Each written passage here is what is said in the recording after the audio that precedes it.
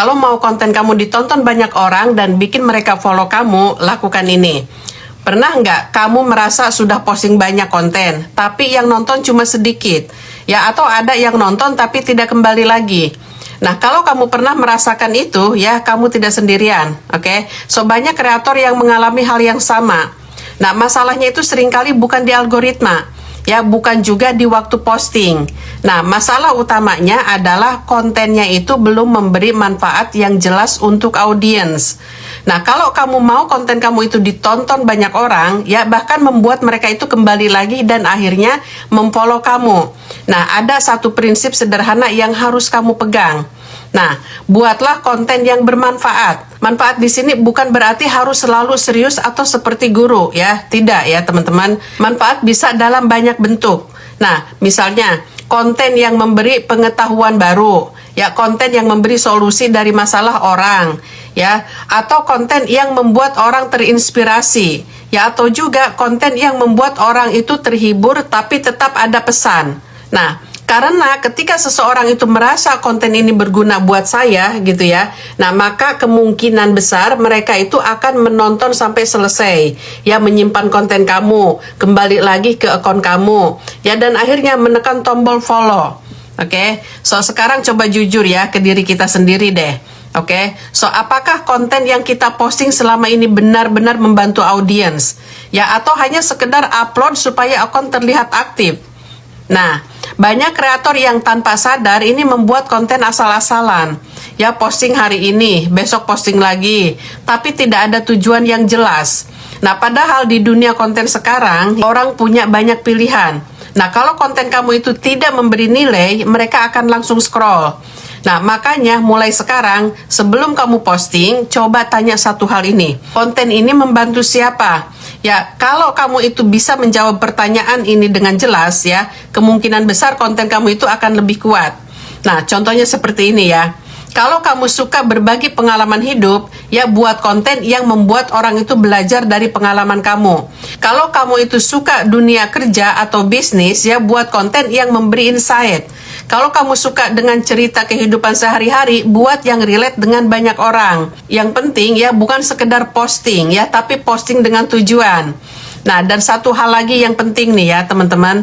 Orang biasanya follow akun itu bukan karena satu konten saja ya, tapi karena mereka itu merasa akun ini selalu memberi sesuatu yang saya butuhkan. Ya, jadi fokuslah membangun kepercayaan audiens, oke?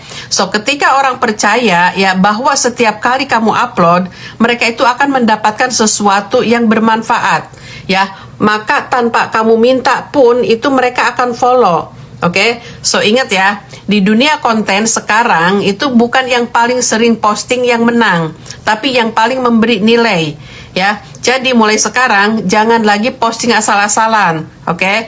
So, mulai pikirkan manfaat dari setiap konten yang kamu buat. Ya, karena konten yang bermanfaat itu bukan cuma ditonton, tapi juga diingat, ya dicari lagi dan dibagikan ke orang lain. Dan dari situlah akun kamu itu bisa benar-benar bertumbuh. Oke, dan share video ini kalau sekiranya bermanfaat. Berikut 4 jenis konten yang paling sering didorong algoritma di Facebook dan menurut pola distribusi terbaru dari sistem Meta Platform. Dan konten jenis ini ya, itu biasanya itu lebih mudah masuk ke rekomendasi non-follower. Oke, so yang pertama simak baik-baik ya. Konten storytelling atau cerita singkat yang relate. Nah, algoritma sangat suka konten yang membuat orang menonton sampai habis. Ya, contohnya cerita pengalaman pribadi, ya kisah inspiratif, kejadian unik sehari-hari, dan pelajaran hidup dari sebuah pengalaman. Nah, ini contoh hooknya ya. Saya baru sadar kenapa banyak kreator tiba-tiba kehilangan monetisasi. Ya, nah konten seperti ini itu biasanya itu membuat orang penasaran, ya menonton sampai akhir dan meninggalkan komentar. Yang kedua, konten edukasi singkat, ya atau micro learning. Nah, konten memberi pengetahuan cepat dalam 30 atau 60 detik sangat diskusi. Nah, contoh, tips algoritma, fakta teknologi, penjelasan istilah seperti IP, algoritma, dan engagement. Ya, nah, format yang bagus itu ya satu topik, penjelasan sederhana, dan langsung ke inti. Yang ketiga, konten yang relatable problem.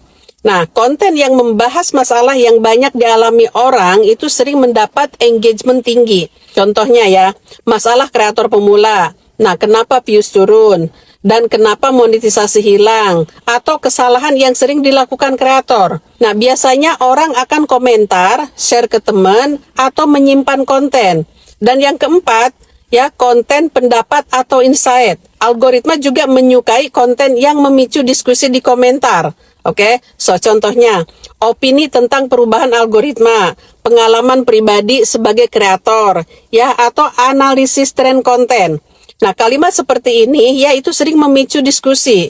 Ya, menurut saya ya, ini banyak akun yang tumbang itu bukan karena kontennya, tapi karena pondasi akunnya itu dari awal sudah salah. Nah, kesimpulannya ya, algoritma Facebook sekarang itu lebih mendorong konten yang membuat orang menonton lama, yang memicu komentar, dan membuat orang share. Bukan hanya sekedar video yang viral ya teman-teman. Dan share video ini kalau sekiranya bermanfaat. Thanks for watching, see you in the next video. Bye-bye. Apakah boleh kita membagikan atau men-share konten kita sendiri? Ya, jawabannya boleh ya teman-teman. Nah, di Facebook ya, termasuk program monetisasi seperti Facebook Profesional, kamu boleh membagikan ulang konten kamu sendiri dengan feature share, ya, bukan re-upload, oke? Bahkan ini biasanya lebih disarankan ya, daripada upload ulang file yang sama. Nah, berikut penjelasannya ya, simak baik-baik. Ya, yang pertama, share ya, atau bagikan ulang sama dengan aman. Oke, so jika kamu menekan tombol share pada postingan lama, konten tetap dianggap post asli. Nah, engagement ya seperti like, komentar, share itu tetap terkumpul di postingan yang sama. Nah, tidak dianggap spam atau duplikat konten. So, berarti itu aman untuk performa akun dan monetisasi. Ya, yang kedua, re-upload ya atau upload ulang file yang sama dengan kurang disarankan. Ya, kalau kamu download videonya lalu upload lagi sebagai posting baru, ya algoritma itu bisa menganggap konten duplikat. Ya, kadang performanya itu malah turun. Oke, so dalam beberapa kasus ini ya, ini bisa mengurangi distribusi jika terlalu sering dilakukan. Oke, so yang ketiga, ya kapan sebaiknya share konten yang sudah lama? Nah, strategi yang sering dipakai kreator Facebook Pro ya, konten lama yang pernah viral ya atau performanya itu bagus. Nah, konten edukasi yang masih relevan ya atau ya saat ingin menghidupkan kembali postingan lama tanpa bikin konten baru. Nah, tips kecil supaya performanya itu bagus saat share. Ya, tambahkan caption baru atau konteks baru. Oke. So share di waktu jam aktif audience. Nah, bisa juga ya share ke story atau grup yang relevan. Nah, atau juga ya kadang kalau kita buka dashboard itu suka ada notif seperti ini nih ya.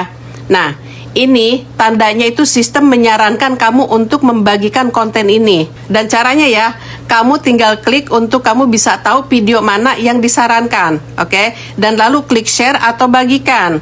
Ya, dan cara ini sering saya lakukan untuk menambah views dan menaikkan jangkauan. Ya, dan share video ini kalau sekiranya bermanfaat. Thanks for watching. See you in the next video. Bye bye.